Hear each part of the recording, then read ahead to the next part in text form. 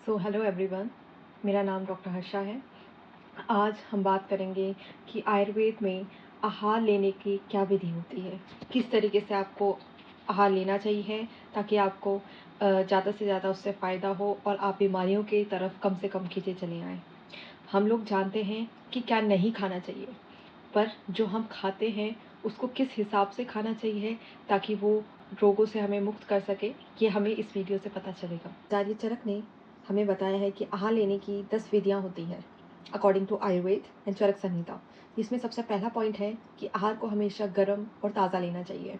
ठीक है, अगर आप ठंडा खाना और बासी खाना खाएंगे तो उससे आपकी डाइजेस्टिव फायर जो होगी वो बहुत वीक पड़ जाएगी और आपका खाना पचेगा ही नहीं इजीली। ठीक है, दूसरा पॉइंट है कि हमेशा खाने में कुछ ना कुछ स्निग्ध ऐड करना चाहिए, जैसे कि घी या तेल। आजकल आप ऑलिव ऑयल देख रहे होंगे, उसका चलन ज़्यादा चल रहा है। खाने में घी डाल के खाइए, एक मात्रा होती है तो उस अमाउंट में घी हल्का सा डाल के ले सकते हैं।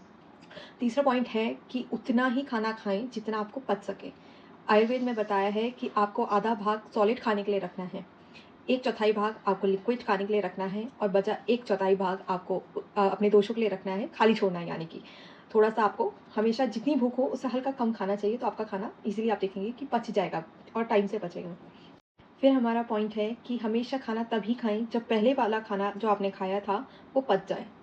ठीक है, जैसे कि आप सुबह उठते हैं, आप देखते हैं कि आपका पेट अच्छे से क्लीन नहीं हुआ है, फिर भी आप ज़्यादा खाने बैठ जाते हैं उसके बाद, तो ये आपके बॉडी में आम यानी कि टॉक्सिन इकट्ठा करेगा। जो हमारे ऑटोइम्यून आप बीमारियां देख रहे होंगे वो इसी कारण से होती है कि आपका खाना डाइजेस्ट होता नहीं है और आप कुछ ना कुछ ऊपर से खाते जाते हैं।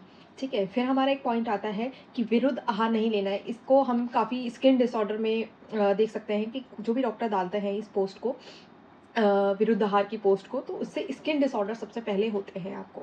बट ये स्किन डिसऑर्डर का रीज़न यही होता है कि आपका विरुद्ध आहार, जैसे कि आप देखते होंगे कि मछली के साथ दूध नहीं खाना चाहिए।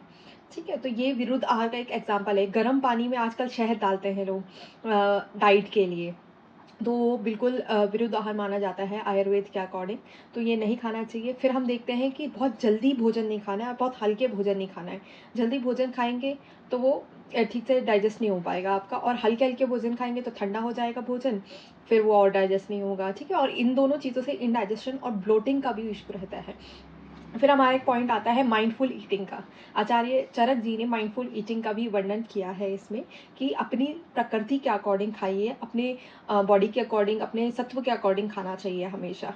ठीक है, तो और नेक्स्ट पॉइंट है हमारा कि देश और काल के अकॉर्डिंग भी हमें खाना चाहिए, और एकदम शांत जगह पे, एकदम क्लीन जगह पे बैठ के खाना चाहिए। ऐसे नहीं कि आप कहीं भी बैठ के खा रहे हैं। ठीक है, ये इससे आपका जो भोजन का प्रभाव है वो मनोस्थिति पे भी पड़ता है। यही रीज़न है कि ये सब बोला गया है। तो ये कुछ पॉइंट्स थे जो हमारे आचार्य चरक ने चरक संहिता में बताए हैं। ठीक है, इन सब को अगर आपने फॉलो कर लिया तो आप देखेंगे कि आपको जो बीमारियां ऑलरेडी हो चुकी हैं वो अब ठीक होना शुरू हो जाएंगी, और जो बीमारियां अगर लग सकती हैं वो नहीं लगेगी। आपका आहार ही आपकी दवा है, अगर उसको सही तरीके से लिया जाए तो। अगर आपको ये वीडियो पसंद आई तो चैनल को सब्सक्राइब करना मत भूलिएगा और इस पोस्ट को ज़्यादा से ज़्यादा लोगों को शेयर करिएगा। Thank you for watching.